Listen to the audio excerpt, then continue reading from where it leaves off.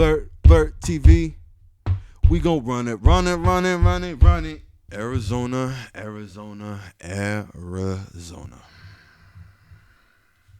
Man, it's tough to grade these guys, man.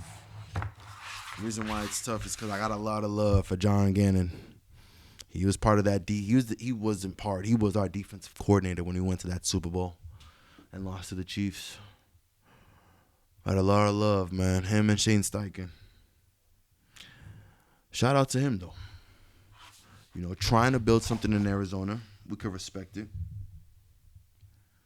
8-9 last year, missed the playoffs. Middle of the pack kind of defensively. 15th in points, 21 in yards. Upper echelon offensively. We could say, I guess, I'm looking at the stats, 11th in yards, 12 in points. You can call them upper echelon. But it wasn't good enough. 8-9 is not good enough. Now, in the division that you guys are in, going 8-9 back-to-back years is actually not even to be joking. Is actually pretty good. Like, this division is a mess. Like, it's a mess. The Rams, the 49ers, Seahawks, and the Cardinals. Like, you guys like to beat up on each other. Like, it's a fun division to watch. Every divisional game, you never know who's going to win. Like, it's one of the best divisions in football. That being said, you guys have made additions to where you guys believe, your coach believes, you guys can get stronger. And I'm going to say this about Jonathan Gannon. That boy loves his defense. That boy loves that grown-ass man. My bad. Not that boy. That grown-ass man. You were Eagles, brought us to the Super Bowl. My bad. That grown-ass man loves his defense. Key additions from the offseason. Dayan Thomason, defensive tackle. Calais Campbell, the OG vet from the Cardinals. Josh Sweat. This man went out and got an eagle. This man said, you want a chip? Let me know what Vic's doing that's different than me, because I got to know. This man went out and got Akeem Davis Gaither. That's 4 defenders. This defense was middle of the pack last year. But Jonathan Gannon's not thinking we got to be middle of the pack. You always have to be at the top. So what did he do? That man went in the draft and said, get me more defense. Nolan Smith in the first round. Will Johnson in the second round. And from what I'm hearing about Will Johnson, this might be a sleeper. Again, we never know until we get to see it on tape. But when you hear things like this guy was supposed to be a first rounder, he fell to the second round, nobody really knows why. Then you hear that at practice, he's playing against Marvin Harrison very well. Oh, not just Marvin Harrison, every wide receiver. Oh, he looks like he's potentially going to be here for the next 10 years and be one of those guys. When you get the sounds of that, I mean, we all antsy to see what Mr. Johnson got week 1. Now, there will be no shaming here because he is a rookie and he's going to have to go through his rookie woes. But I say that to say it would be impressive to see somebody else come out rookie season like a Quinyon Mitchell, like a Cooper DeJean, like a Mikey Sanistril, solid, really know what they're doing, and not afraid of the moment. So we'll see. We'll get to see. And Arizona has put this kid out to say, hey, he's like that. So you know how NFL teams are. You know how everybody is. Everybody reads everything. Everybody sees everything. Oh, Will Johnson's like that? Devontae and Puka, like, you see that?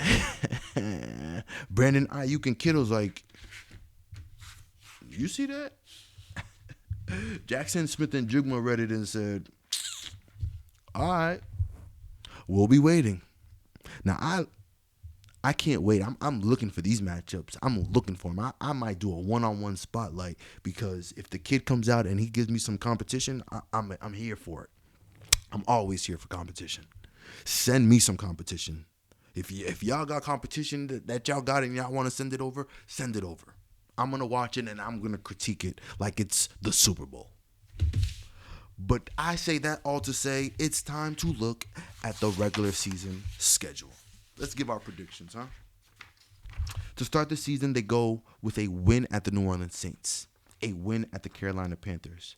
I have them losing to the 49ers, beating the Seahawks, beating the Titans, and the Colts.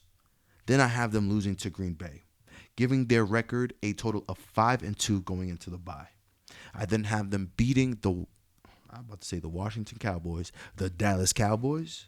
I have them losing to the Seahawks, losing to the 49ers, beating the Jags, losing to the Bucks, losing to the Rams, losing to the Texans, beating the Falcons, and ending their season with 2 losses to the Bengals and Rams.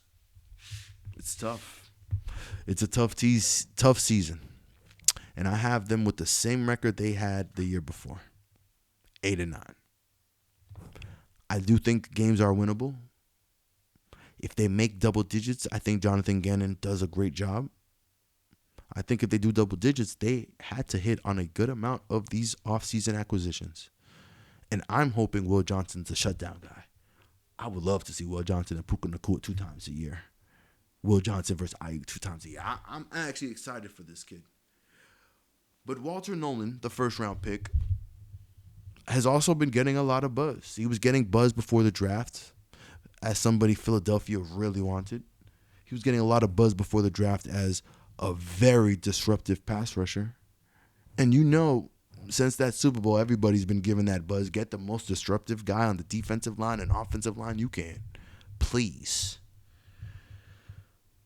So it's going to be interesting to see if he can wreak the havoc, wreck the offensive lines, especially in the NFC West, to kind of make this team contenders. Walter Nolan can make this team a real contender if he plays up to par. Walter Nolan is a defensive lineman. You don't hear that a lot. But this is a team that wasn't too far from the playoffs last year. This was a team that still has a quarterback that I can't really grade. I can't grade Kyler Murray. I don't know how to grade him. He makes plays one week. He's inconsistent the next. But he makes such good plays that one week that you're like, buddy. Come on. I want to be for you so bad, but you make it so hard. You make it so hard sometimes. And like, come on, man.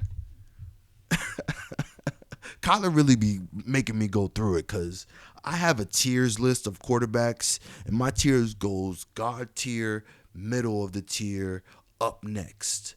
And this up next group is guys who are in training to be in that top elite tier, to be in that mid tier, to be in a great tier.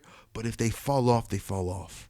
And after falling off the up next list, you get to the rest of them. It's just the rest of them. Bottom tier, if you want to call it. Just the rest of them. And I don't want to throw Kyler Murray in just the rest of them because I see the talent. But when you're not able to bring your team to wins, that talent is unuseful. And I hate to say that because maybe under a right offensive genius, he's able to be a whole different weapon. But that's not what we get to see. The reality is that's not what we see from him. And if that's not what we see from him, we can't put him in that position. It's just how it goes. So with the ceiling of 11-6, let me know what y'all think about 11-6. Let me know what y'all think about 8-9. Let me know if y'all think that they're closer to hit 11-6 or 6-11. I want to hear what you guys have to say about the Cardinals because Kyler Murray, he's really difficult to grade, bro. And I wanted to put him in that upper echelon so bad. Then that man went into the playoffs and boy, Smitey with Blirt TV, man. Ow.